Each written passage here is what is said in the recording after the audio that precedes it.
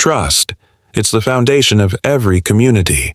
And when someone you know, someone you've relied on for years, looks you in the eye and says, "I'll take care of your money," you believe them. But sometimes, that trust can turn into the greatest trap of all.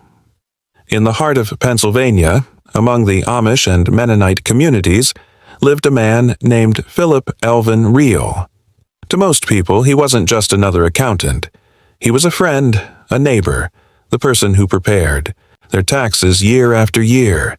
Families knew him. They shook his hand at church. They believed he was one of them.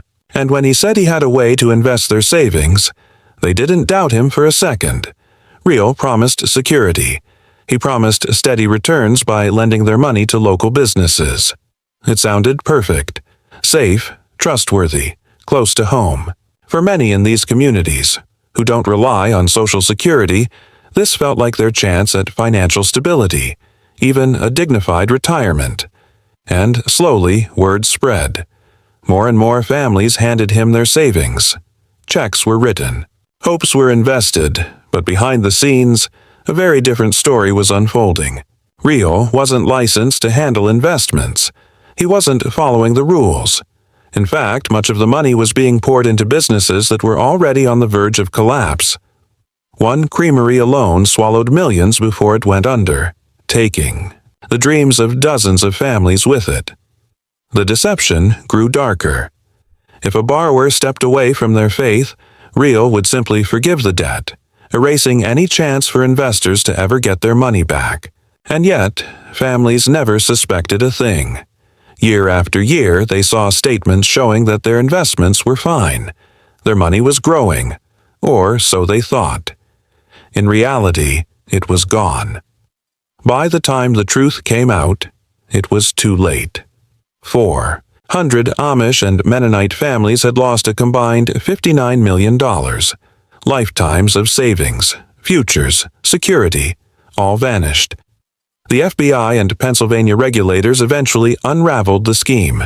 Special Agent Michael McCadlow explained. It plainly, Riehl wasn't a financial expert. He was nothing more than a middleman, playing with people's money while pretending to protect it. In February 2020, Riehl finally pleaded guilty to fraud and conspiracy. By July, a judge sentenced him to 10 years in federal prison. The community was shattered.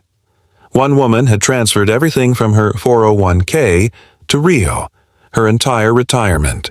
She lost it all. And sadly, her story was not unique. Yet, in the midst of this heartbreak, something remarkable happened. Many victims, guided by faith, chose to forgive him. Churches stepped in to support the elderly who had no time left to rebuild. Forgiveness, even in the face of betrayal. But the lessons remain. Trust is sacred, but blind trust can be dangerous. Before you hand over your money, ask questions.